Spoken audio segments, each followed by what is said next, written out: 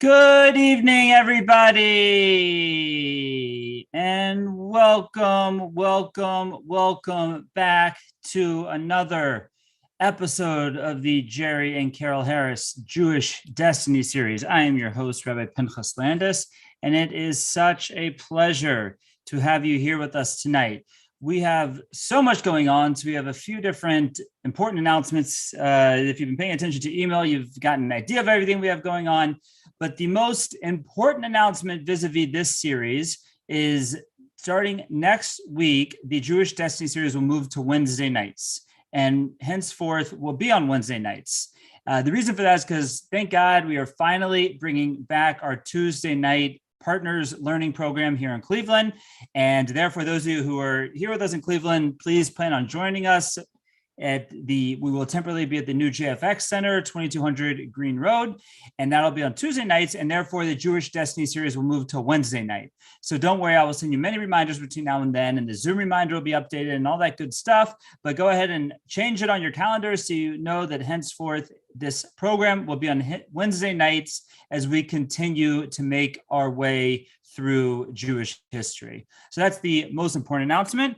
And beyond that, I hope that you've seen the other good stuff we have going on. We have the Shabbos project coming up very soon for sure for the locals in Cleveland. And for people who are not from Cleveland, check out what you're doing in your local community for the Shabbos project. We have the Parsha Power Up, which just launched this past week, which you can sign up for at elulchallenge.com. It is an extension of our Elul Challenge program, and it'll be similar to how the Elul Challenge was 30 days of learning. It'll be one lesson, if you will, per week according to the weekly Parsha. And you can get that at elulchallenge.com, and maybe we'll throw the links here in the chat box for you. But that's it's definitely exciting stuff. But with no further ado, we are going to continue with our tours through the destiny of the Jewish people through Jewish history. So I'm going to put the outline here in the chat box for anyone who would like to follow along. And let's begin.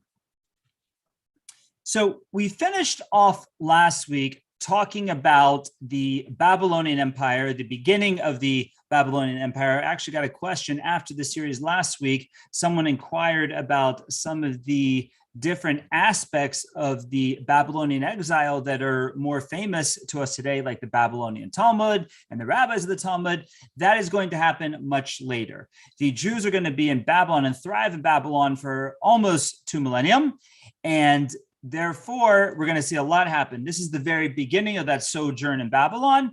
And even though the ruling empire is going to change from the Babylonians to the Persians to the Greeks to the Romans, etc., the country, the area will still be known as Babylon or Babylonia. So that will be a term that will come up time and time again. We're just at the beginning of that process. So we talked about this great empire and the family of Nebuchadnezzar, of Nebuchadnezzar, that initially ruled the empire.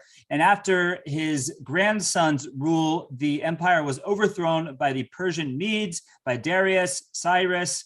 And now we find ourselves with the empire in the hands of the Persians, after which Cyrus gave a decree for the Jews to be able to return to Israel and begin to rebuild the Second Temple.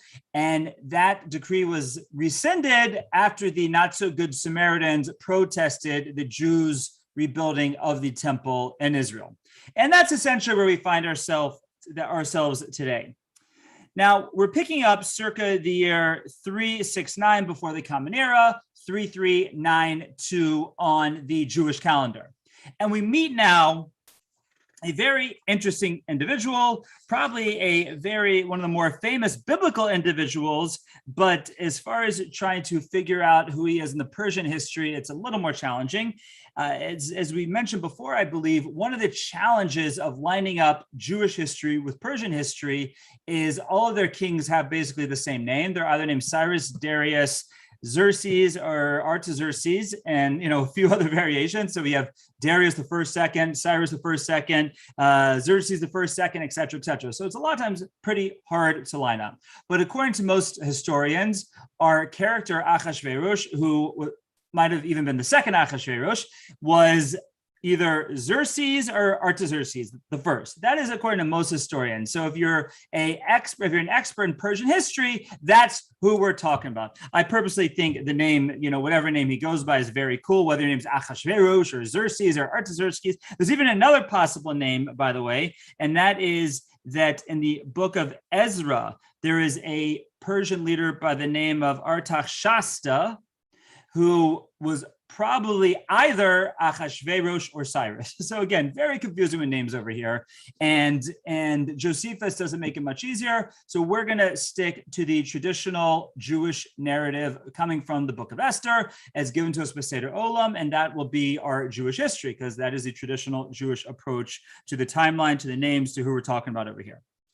So we meet this character, Achashverosh, as he's introduced to us. Now, Achashverosh was very interesting, and that according to most opinions, he was not of royal lineage. In other words, we had in this Babylonian exile, we had the house of Nebuchadnezzar that ruled as the Babylonian Empire. Now we have the house of Cyrus and Darius that is ruling. And now we see somewhat of a veer, according to many opinions, from that house to this ruler by the name of Achashverosh. Now, who was Achashverosh? According to our sages, he started his career as a stable boy for Belshazzar. Belshazzar was the last of the Babylonian Empire emperors who was overthrown by the Persians. He started as a stable boy and was able to rise from that lowly position to become the king of the empire. Now, how does he do it? He does it seemingly through tremendous business cunning. He's a very sly and cunning businessman. He amasses a lot of wealth, uses that wealth to buy power, rises up through the echelons of society, and eventually gets to the top of society. And as often happens, especially for someone who is not of royal lineage, they want to legitimize themselves to the throne with something other than the money and the power that got them pretty close to the position. So Achashverosh does that through marrying Vashti. Now, Vashti was probably just part of his harem. He seemingly, as many kings in those days had, he probably had many wives. But Vashti is part of his harem. But as far as his political position, she is the most significant because she is the she is the daughter of Belshazzar. So she's part of the royal family that was deposed by the Persians. And in so marrying Vashti, he's giving himself some blood lineage, some validity, some familial validity to the throne of the Persian Medes Empire. So that's how he essentially rises to power. And in truth, when we talk about this story of Achashverosh, the Persian exile, etc., we're really talking about a lot of people who rise out of nowhere. And we'll get to others in a moment. So Achashverosh, through his cunning, through his sly means, through his political marriages, through his political alliances, he's able to take over the empire. And it takes him around 3 years to really solidify his power over the empire, to feel like he really is in control and is not about to be overthrown or knocked off or whatever it might be. And therefore, 3 years into his reign, he makes his official inauguration, his official celebration of the fact that it is now his empire.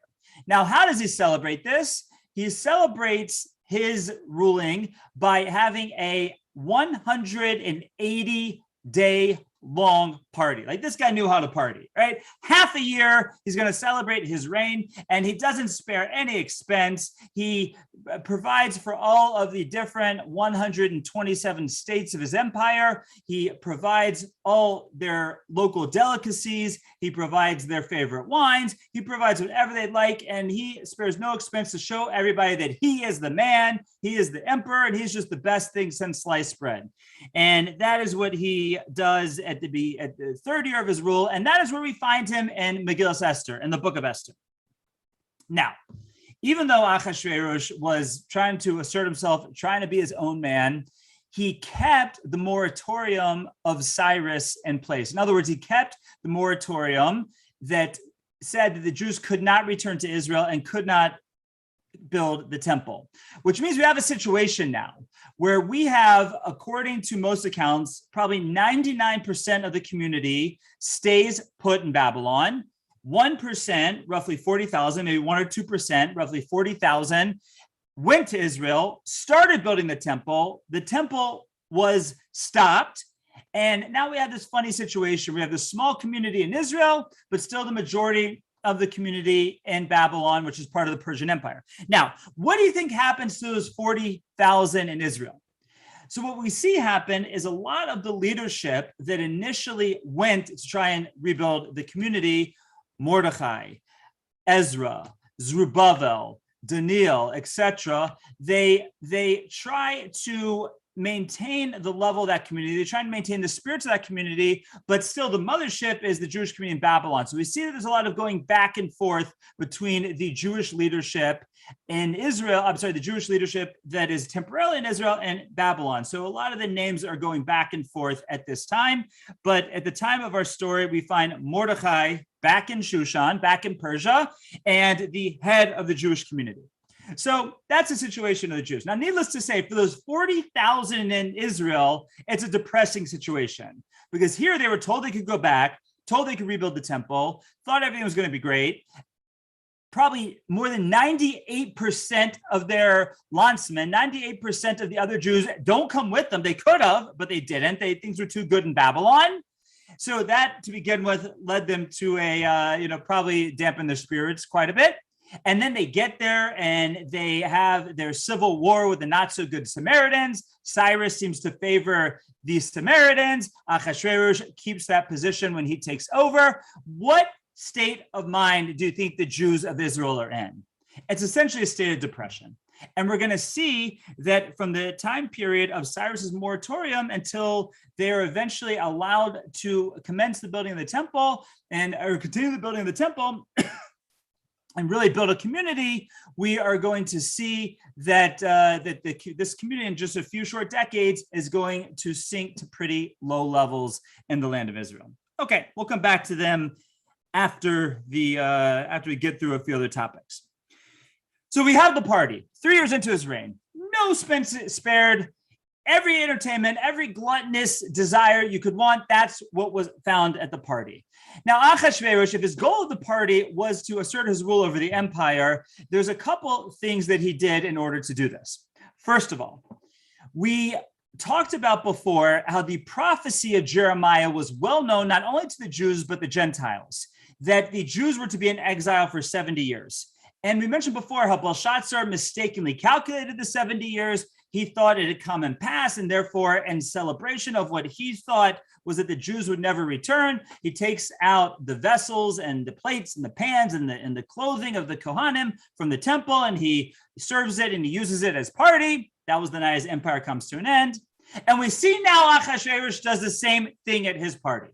Our sages tell us that according to Ahasuerus, he felt that now at this point at the 3 years into his reign, that the 70 years of the Jews had come and passed, and the Jews were not going to return, right? They had the chance with Cyrus, it failed, he continued that policy, and therefore the Jews were not going to return. So at that party, he wears the garments, he wears the costume of the Kohen Gadol, the high priest, he serves food to the Jews on the vessels from the temple.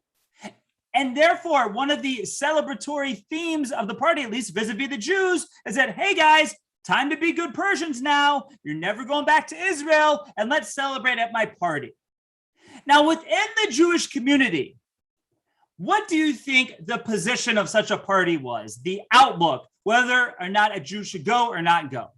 Well, that became a big discussion between the leadership and the populace, so to speak. The leadership, led by Mordechai, said, don't go to the party. We should not attend this party. This party is going to be a drunken, gluttonous affair. They're going to be celebrating that their misnomer that they think the Jews will never return to Israel and rebuild the Beis Hamikdash, rebuild the temple. We should not go, says Mordechai. The populace disagrees. They say, well, you're right, but political expedience, and we got to show up, and maybe we'll get in trouble, and maybe he'll know, and therefore, he made it got kosher, so of course, if the food's kosher, everything else is fine. And even though the rabbinical leadership, the rabbis, Mordechai, etc., said, don't go, what did the Jews do? They went. So they essentially go to a party to celebrate their own national demise, right? The idea that the prophecy of Jeremiah was not going to come true. And our sages look at that as the failure of the community and, so to speak, the action that led to the lessening of their divine protection, that the evil Haman, who we'll meet momentarily, was able to slip his way in and almost wipe them off the face of the planet.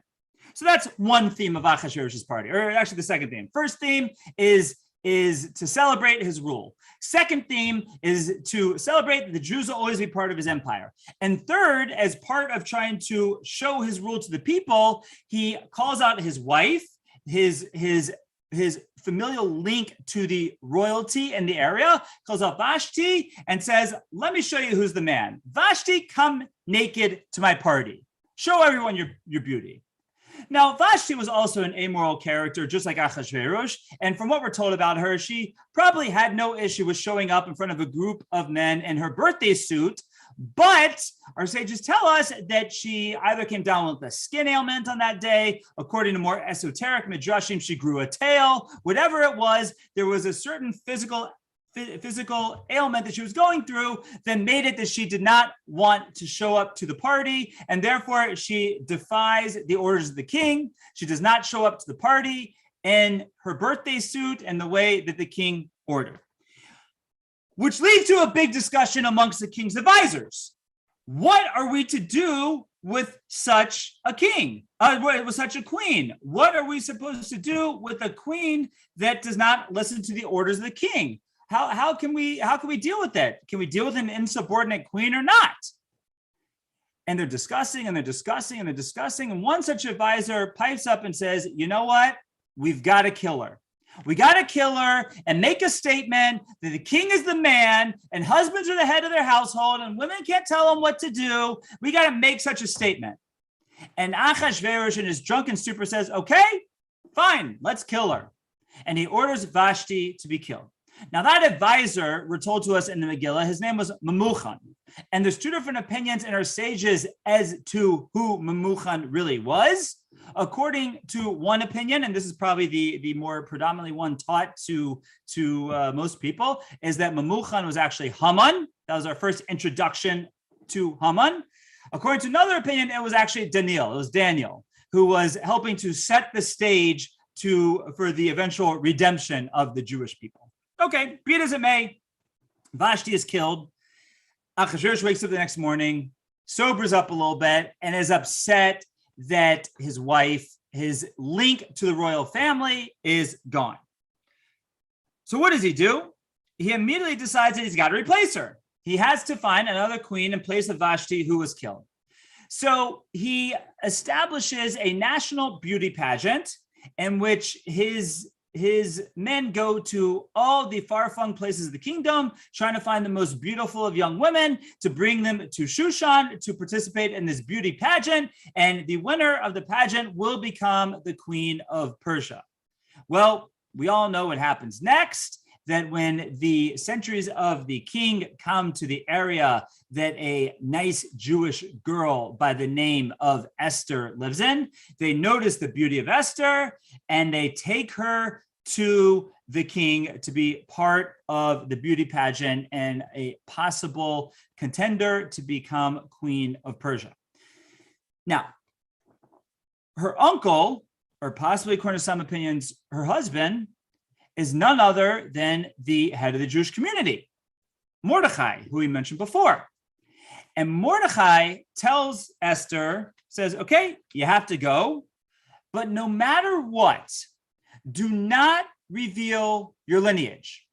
Do not let the king or anyone else know you are a Jew. Keep it to yourself. Now, what was the mindset of Mordechai? There's a couple of different approaches in the commentaries, but one approach is thus, that Mordechai wanted to make sure that Esther was in the best possible place if she was to become queen. And if she would claim to have a national link other than Persia, that could possibly put her in the same situation as Vashti, as being insubordinate, as having loyalties to someone or something other than Persia. So therefore, every time Achashverosh would ask her, where are you from? She'd say, oh, it doesn't matter. I'm Mother Persia. I'm a Persian now. And my lineage before this doesn't matter at all.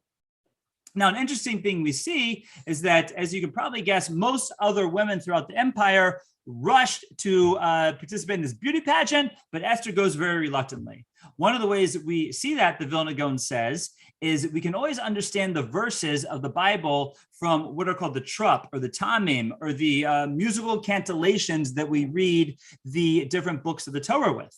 And when it talks about all of the other girls going to participate in this beauty pageant, the trup or the musical notes on those words are the agia kol nara v'nara. The words are that every young lady came, and the musical notes are what we call kadma v'azlab. And the names of the notes always describe the sounds. Now I'm totally tone deaf, so this probably won't sound right at all, but it's v'agia nara v'nara, because it's kadma v'azla, meaning go, get up and go. Kadma v'azla in Hebrew means get up and go, because the notes sound like get up and go, because every other young lady who was called to the beauty pageant rushed to participate and possibly become the queen of Persia.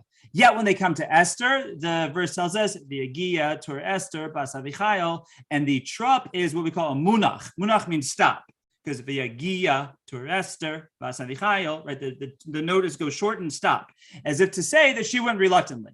But needless to say, she went, and she was chosen as the queen of Persia, which is already in and of itself, we see quite a crazy story.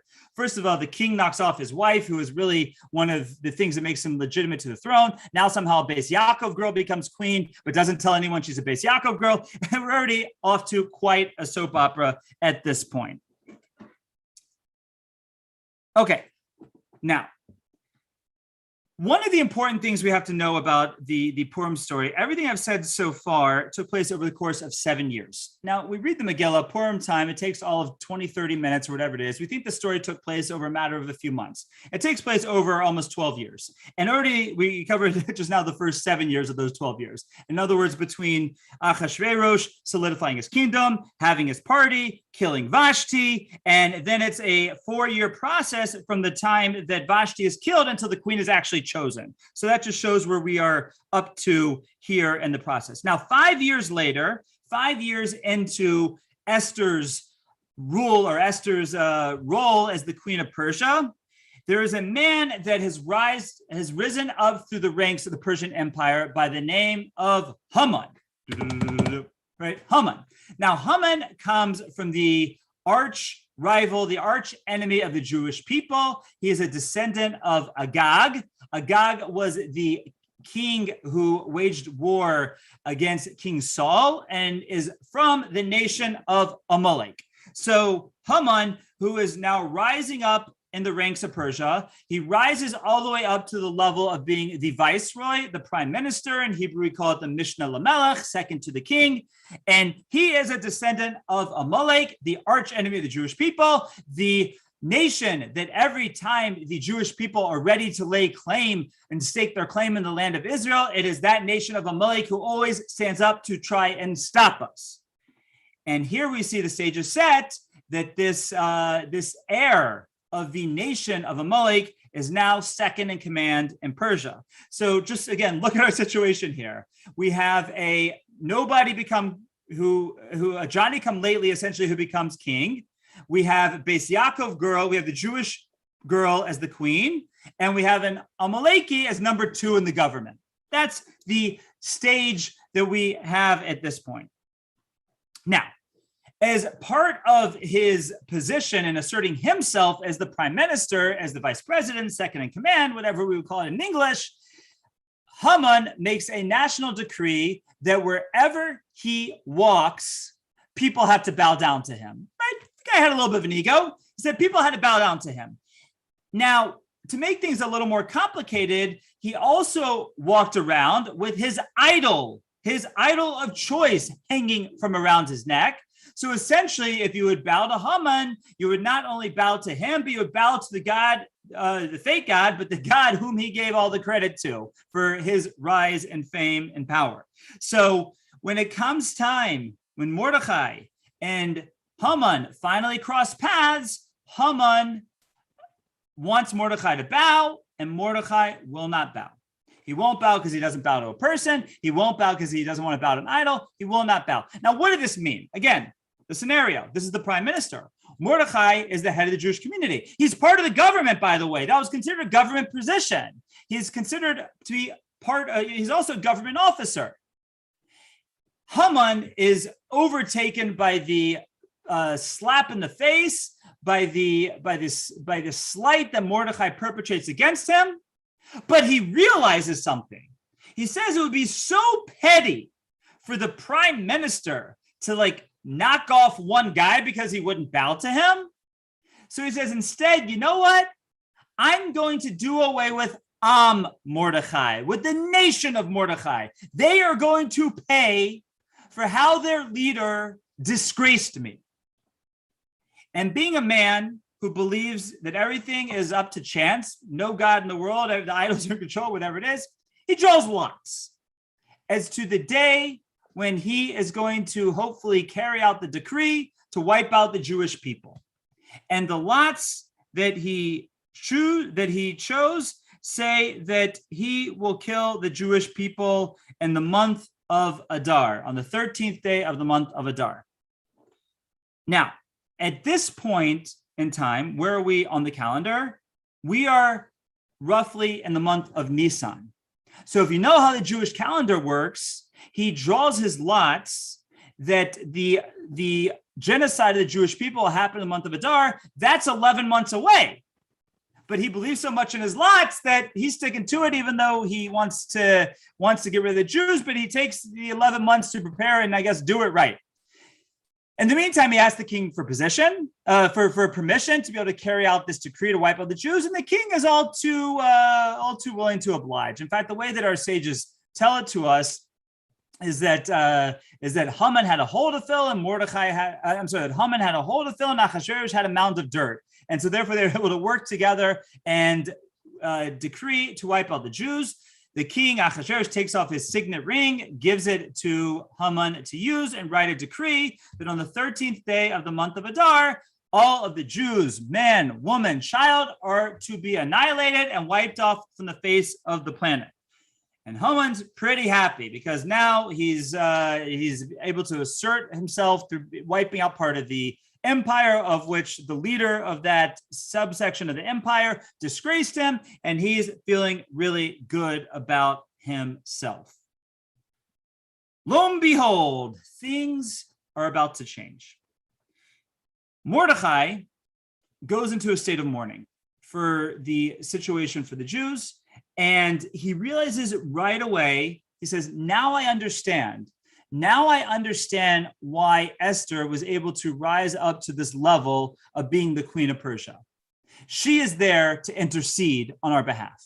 And he starts sending messages. He couldn't visit Esther, but he starts sending messages back and forth to Esther, telling her that she had to intercede on behalf of the Jewish people. Now, the person in the Megillah who brings those messages back and forth, his name is Hasach. That's his name in the Megillah. According to our sages, Hasach is none other than Daniel, right? Then the good old Daniel, who we've been talking about so much. So Hasach is bringing these messages back and forth, and Esther demurs. Esther does not want to follow through. She's worried about her own life. The king has not called on her in 30 days, and she's worried that if she initiates an interaction with the king, that would be considered a capital offense. The king might do with her as he did to Vashti before. And there's also halachic considerations, by the way, because you can ask a question. I mentioned before, according to some opinions, Esther is the wife of Mordechai. Well, if she is the wife of Mordechai, how is she able to go willingly to Achashverosh? She's what we call an Eshes. She's a married woman. A married woman cannot be with another man.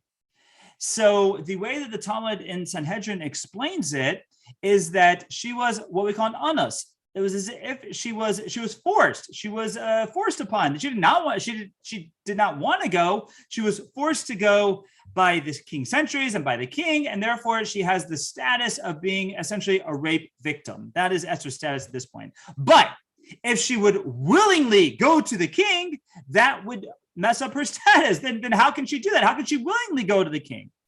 So one of the commentators, the Noda B'Yehuda, I believe, explains that in this situation where the whole existence of the Jewish people was on the line, such extreme measures were okay. Okay. Be it as it may, she does not want to go.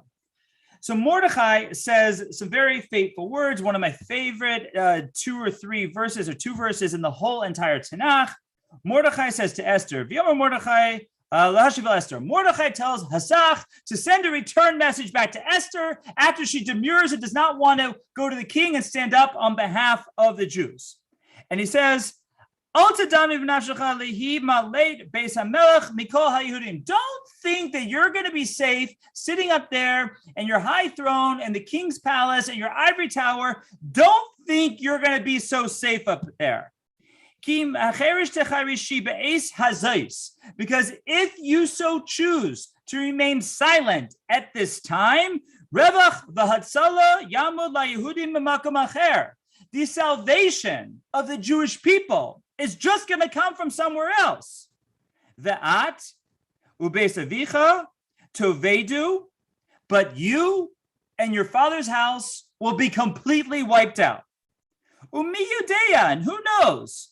Im la'es kazos higata lamalchus. Who knows that this is not the very reason why you ascended to the throne of Persia? So says Mordechai, the faithful words to Esther, this is your time to shine. This is why you are where you are. And don't even think it's a choice. Because if you choose not to stand up, if you choose not to take your responsibility on behalf of the Jewish people, you know what? God's going to save us one way or another. We have an eternal guarantee that we're not going to be wiped out. But you know who will be wiped out from the face of history? You and your father's house. This is your time to shine. You want to be part of the Jewish destiny, Esther? Stand up and do something. Don't sit back and be silent. So Esther says, fine, you're right. I have to stand up. So what does she do? She says, I'm going to try my plan first. I'm going to try a plan, and here's what we're going to do. I'm going to go to the king, and I'm going to invite him to a meal, and then I'm going to invite him to another meal. And once we get him all drunk and happy and all this stuff, I'm going to reveal that Haman is the one who's trying to wipe out the Jewish people. Now, what exactly was her mindset here? What was she doing? She realized, again, with Vashti's picture on the wall, that she did not want to become the next victim.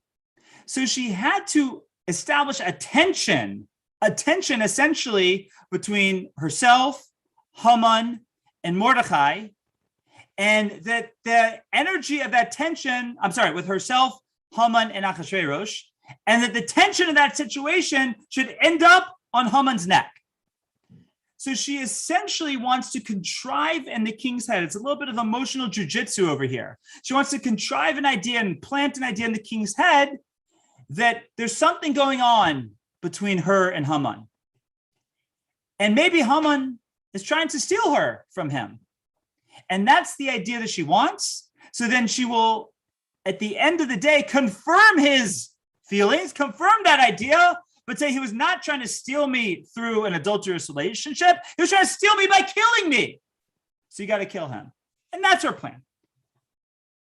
And Esther says to Mordechai, I'm going to go through this, but I need the help of the whole Jewish people. Please proclaim 3 days of fasting and prayer for my success. And on the 3rd day, I will go to the king. So the day that this 3-day fast is proclaimed is the 13th day of the month of Nisan, which means that they fasted on the 13th, the 14th, and the 15th. The 15th was the first day of Pesach. So that year they fasted on the first day of Pesach. And it was on the first day of Pesach that Esther finally goes to Achashverosh. Now, as you probably know, we have a fast day in conjunction with the Purim holiday called the Fast of Esther, which is the day before Purim. So you can ask, well, is that what happened here? But this is a year before. This is in Nisan. So the way that at least the Kitzur Shulchan Aruch, Rosh Shlomo Gansri writes it, is that the fast day that we fast before Purim is to commemorate these 3 days of fasting before Esther went to Achashverosh in Nisan, Pesach time a year before.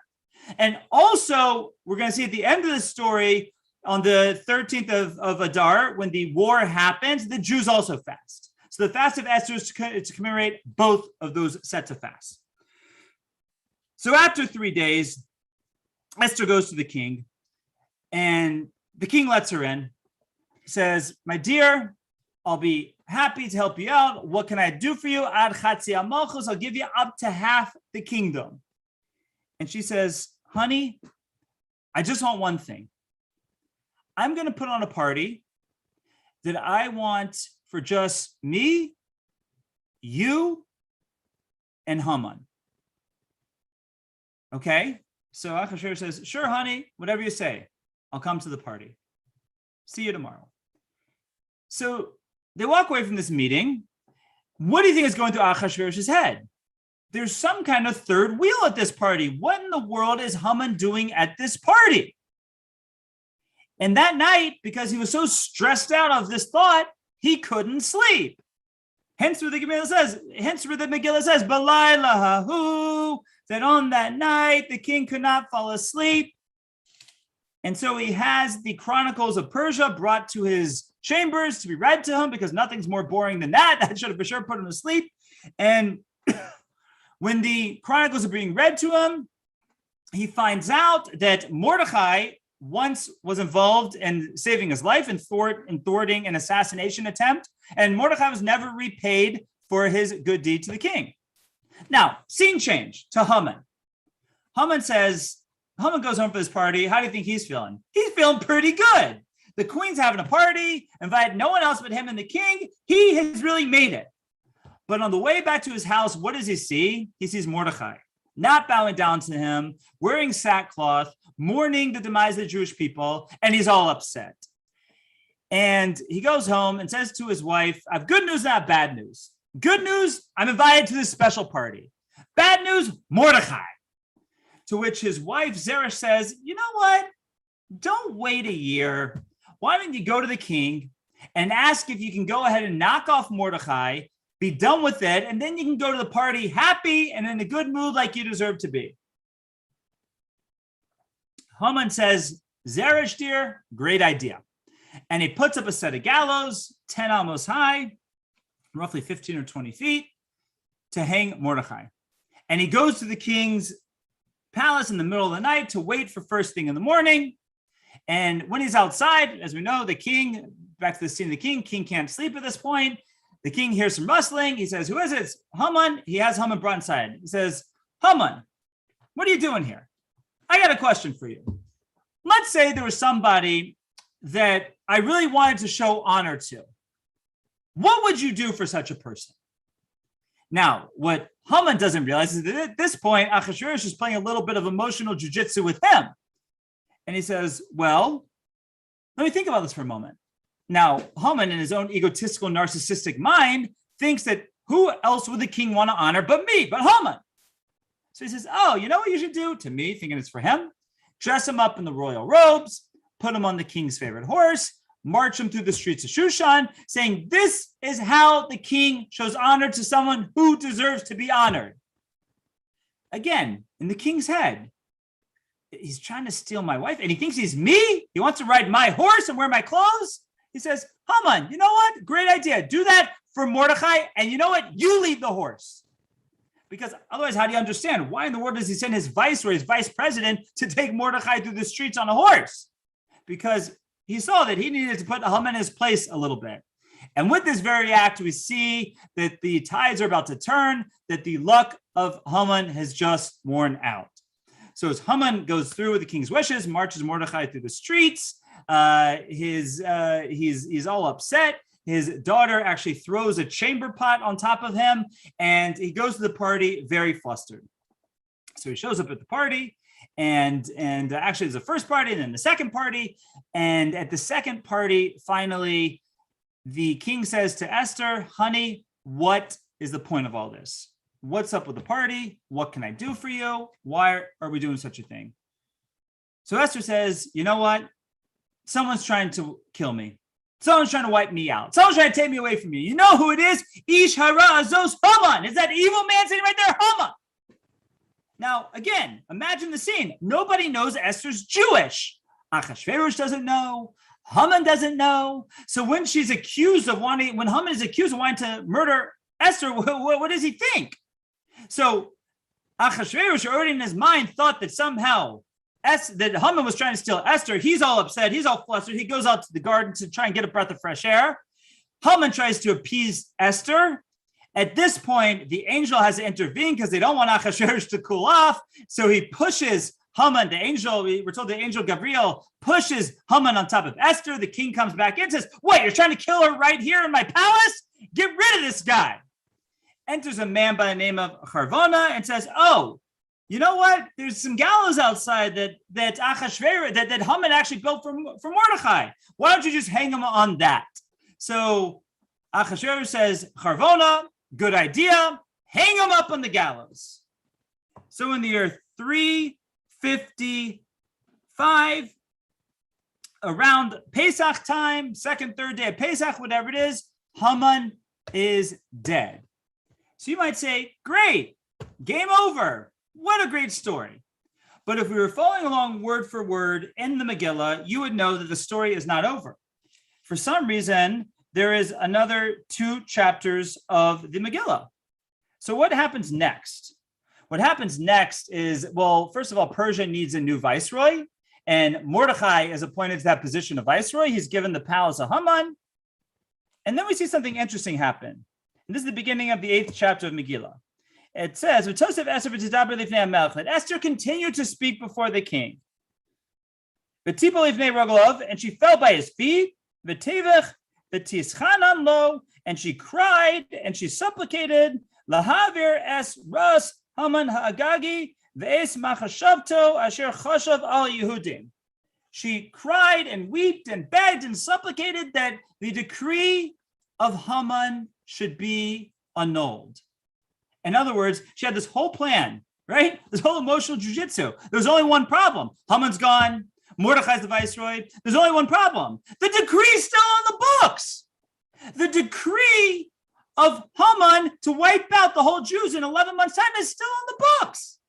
And so she just pulls out, he can almost ask the question, why didn't she do this to begin with? She was saving it. It was her trump card, right? It was her hidden weapon. And she just tries everything, cries at her husband's feet. Please get rid of this decree. Let the Jewish people survive. I really do care. I know all that Mother Persia stuff. I told you that I don't care about my homeland. I really do care about the Jewish people. Please let them survive. And what does Achashverosh say? We see it for the first time. He tells his beloved wife, sorry, no can do, nothing I can do to help you out. Now, it's a dispute in our sages if A, he really couldn't do anything. In other words, in his power as the emperor, as the king, he really could not undo such a decree. Or if B, he just had enough already. I killed Haman. I gave Mordechai his job. I gave him his palace. Leave me alone already. So he says, but you know what? You want to put forth another decree. You want to say that they can, take a Tylenol, that they can take a Percocet so it's not so painful, whatever. Go ahead, write forth that decree, and you can do that. You can write whatever decree you want. You just can't annul the decree that's already on the books. Fine. So at this point, Esther and Mordechai have to use the Yiddish cup, have to really come up with a scheme that they only have the ability to write a new decree. They can't annul the old decree. So what do they make that new decree? Something the king never suspected. The new decree is that on the 13th of Adar, when the Jews are supposed to be wiped out, the Jews are allowed to defend themselves with immunity against anyone who tries to kill them. Now, if you're the governor in, India or Ethiopia or anywhere else in the Persian Empire, and on one day you get a decree that's signed by the king saying on the 13th of Adar, wipe out all the Jews. And a couple of weeks later, you get another decree saying, oh, by the way, on the day when you're supposed to wipe out the Jews can defend themselves with complete immunity and fight back against those who try to kill them. If you're the governor in India, what are you supposed to listen to? Which day? You're saying the palace is completely schizophrenic. Mordechai and Esther knew this. So what happens next? Very interesting that before the war even takes place, Mordechai and Esther have a victory parade in Shushan. We see that Mordechai puts on the royal robes, goes out. The Jews are happy. The city of Shushan is happy. Actually, the words that were said in the Megillah to describe this, we say in Havdalah every week, La Yehudim ha'sa'ora v'simcha v'sasam v'ikar. And he has this wonderful victory parade. There's only one problem. The war didn't happen yet. Why in the world are Mordechai and Esther having a victory parade before the war ever happened? The answer is they want to send out a message loud and clear. I have two decrees here, both from the king. One says wipe out the Jews. One says the Jews can defend themselves. Which one is the position of the palace? And then we see we hear on the news, we hear there's this major parade with Mordechai wearing the royal robes, and Mordechai's the viceroy, Mordechai. Everyone makes a big deal about Mordechai. All of a sudden you start to say, so maybe this decree over here has a little more weight. The decree that says that Jews can defend themselves has a little more weight, and that should be the proper decree. Okay. Fast forward to the 13th of Adar. What happens? Even though most government officials thought, like we just described, that the second decree was some way overruled the first decree, and therefore that the Jews really shouldn't be put to death, still, anti-Semites, especially the seed of Amalek, quite often, even if they know it's a suicide mission, we see it until modern times. When it comes to wiping out Jews, you'll do it in a suicide mission if you hate us enough. And that's what happens here, that we see throughout the Persian Empire, that upwards of 75,000 anti-Semites come out of the woodwork to try and wipe out the Jews, and the Jews are successful over each and every single one of those 75,000 anti-Semites, and 75,000 people in the Persian Empire are killed at the hands of the Jews defending themselves against this attempted genocide. And in the city of Shushan, 500 people are killed. Now, Achashverosh isn't too happy about this. He finds out that 75,000 of my subjects have been killed, and 500 of my residents in my capital city have been killed. Esther, what's going on over here? Now, there's only one problem. The uprising against the Jews had been subdued throughout the whole entire empire at this point, except for in the city of Shushan. So what is Esther to do? On one hand, the king's complaining, saying that they've gone too far. On the other hand, the job is not done yet. So Esther says, honey, I need two little things from you. Please, just give us one more day to defend ourselves in Shushan. And oh, by the way, 10 of those 500 who were killed are the 10 sons of Haymen. Can you do me a favor and just hang them up outside the palace walls?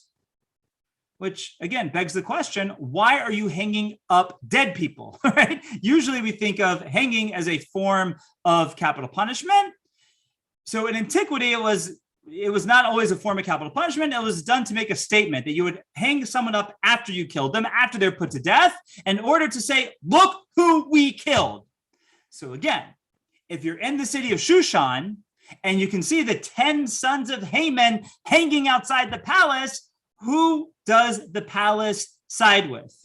Those who are with Haymen or would have been with Haymen, or those who are with the Jews? And sure enough, on the next day, on the 14th of Adar, finally the rebellion is subsided, is put down, and the Jews are safe.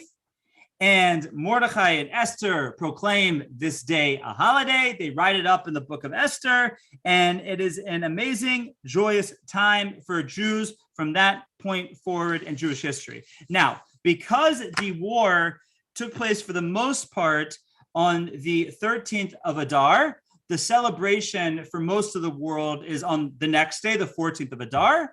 But in walled cities, it is in memory and commemoration of Shushan, which was a walled city. The celebration is delayed to the next day, to the 15th of Adar. So if you ever heard of the concept of Shushan Purim, that's what it is. And there's only a few places in the world today that we know were walled at the time of biblical times. One is Jerusalem, possibly some other ancient cities. But be it as it may, today the Jews in Jerusalem observe Purim on the 15th of Adar. The rest of the Jewish world in Israel and outside observes it on the 14th in celebration of this great salvation.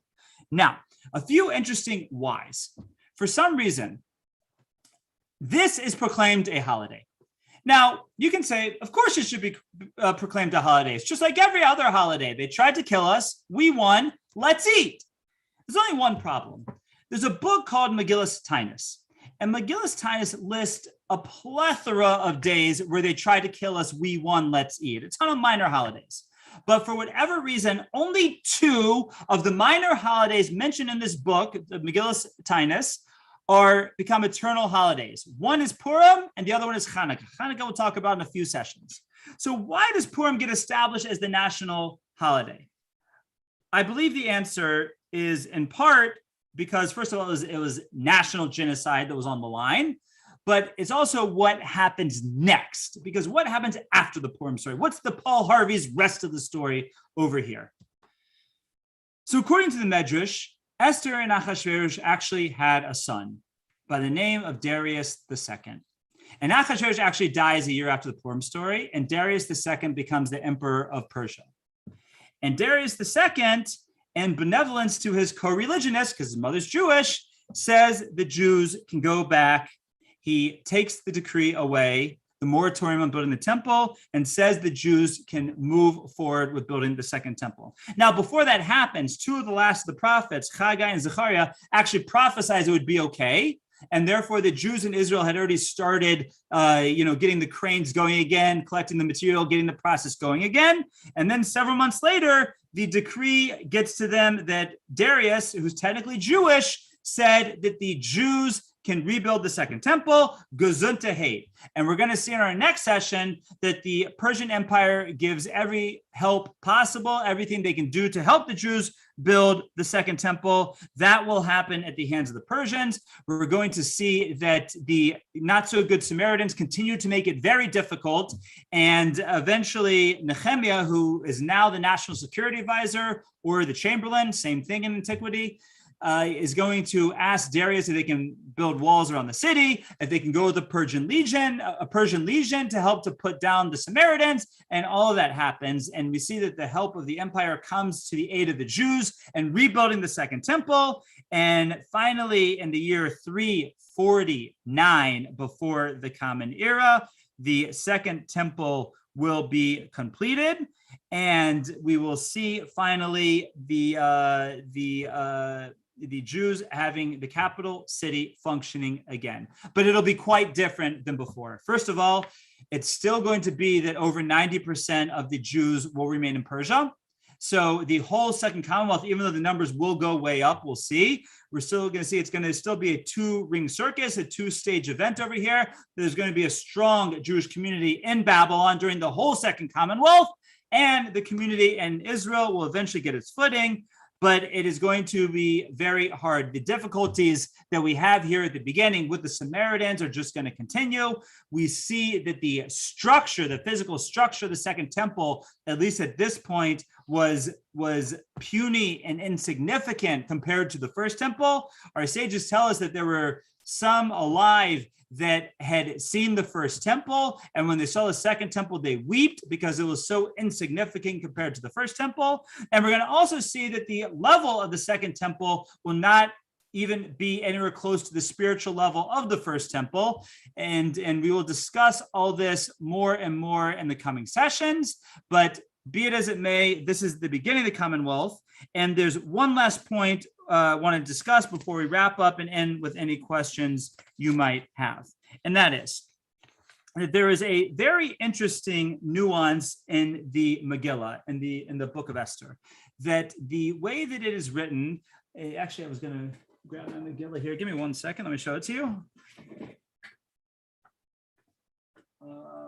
Here we go. So if we look at the Megillah, there is a tradition to write it in a very strange way. And that is that when the Megillah describes the 10 sons of Haymen, it spells out their nice, long, hard-to-read Persian names. But if you look in the Megillah, those names are written in a very interesting way. And that is that they're written bigger than the rest of the script, but there are 3 letters that are smaller than the rest of the script. And we'll show it to you here momentarily.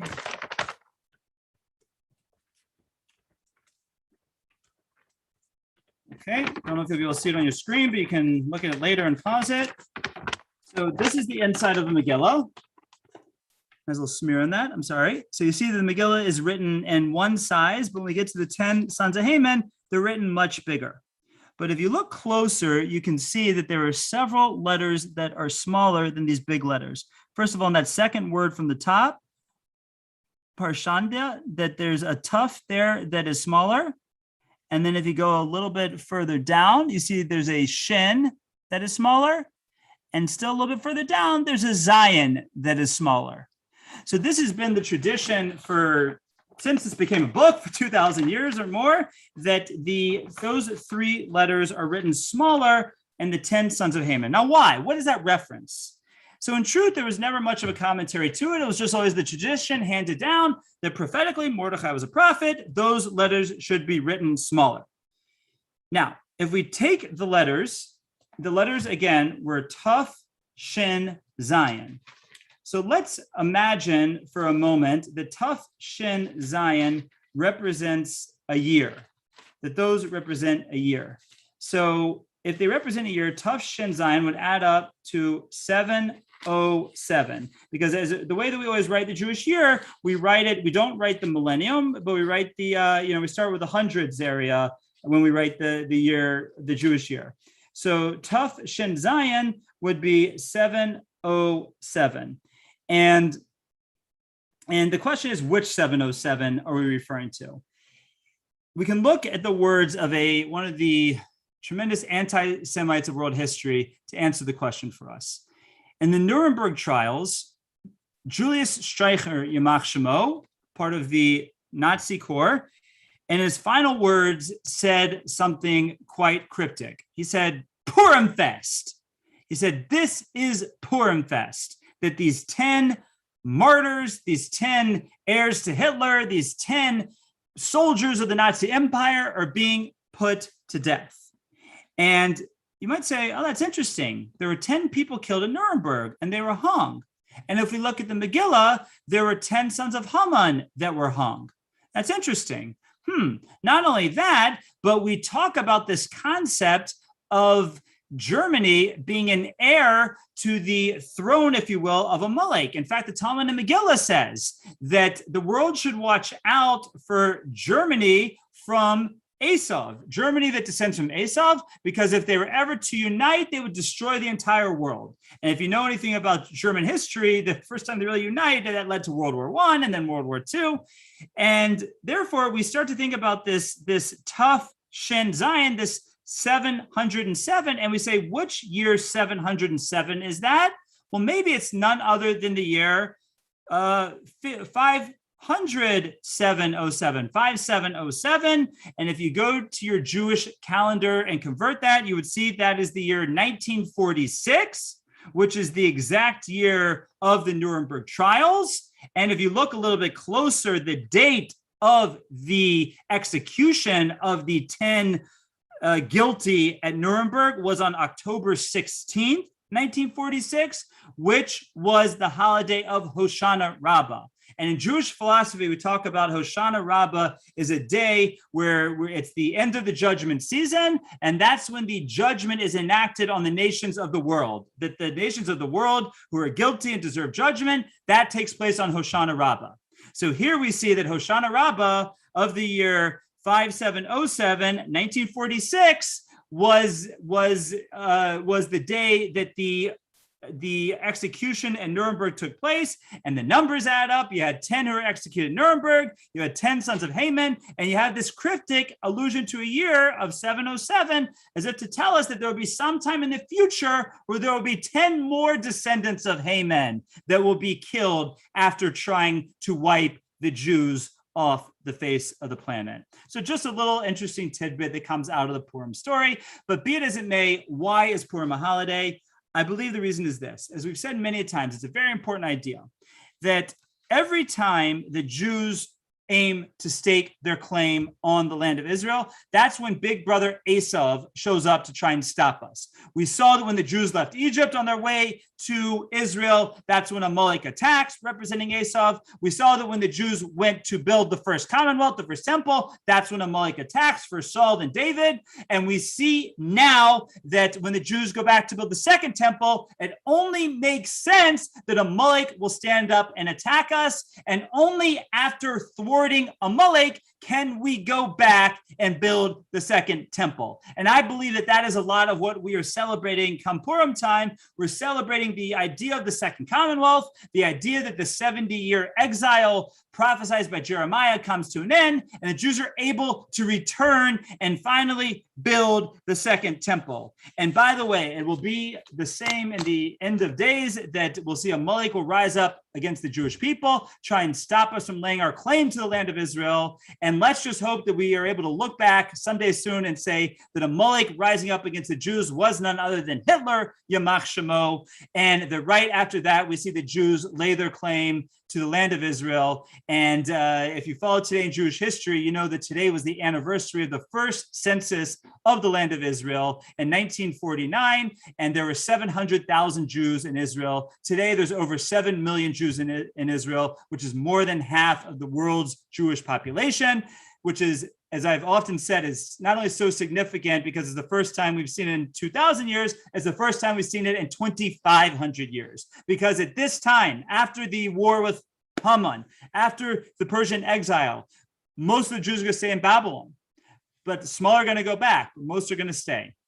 And therefore, we are the first Jews, and since the destruction of the first temple, to be able to see the majority of the world Jewish population back in Israel. And I believe it's that eternal process of Amalek trying to stop us winning and going back and laying claim to the land of Israel that we celebrate on Purim time. And may the day come when we celebrate the final Purim, that we see that our present sojourn in the land of Israel will truly lead to the Messianic era, and we'll see a reinstitution of the throne of David with the coming of Mashiach, with the coming of the Messiah, B'mheira v'yameinu. It should happen speedily in our days. I thank you all for coming, and I thank you for listening.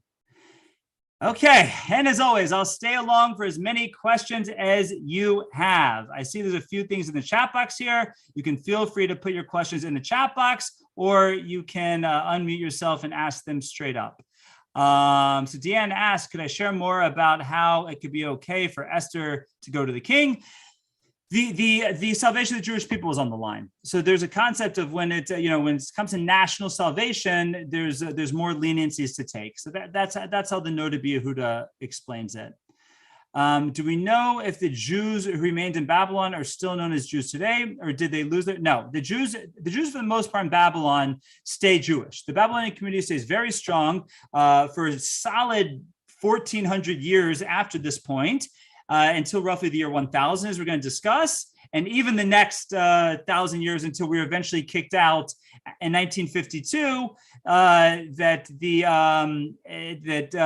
Eventually at that point we will see that the community is still quite strong. So for the most part, the Babylonian community stays true to Judaism, and their main descendants. Many of today's Sephardim are descendants of the Babylonian community. Ashkenazim also, by the way, but we're going to see that who eventually becomes a Sephardic community were the longest holdouts in Babylon. We'll get to that in a couple sessions.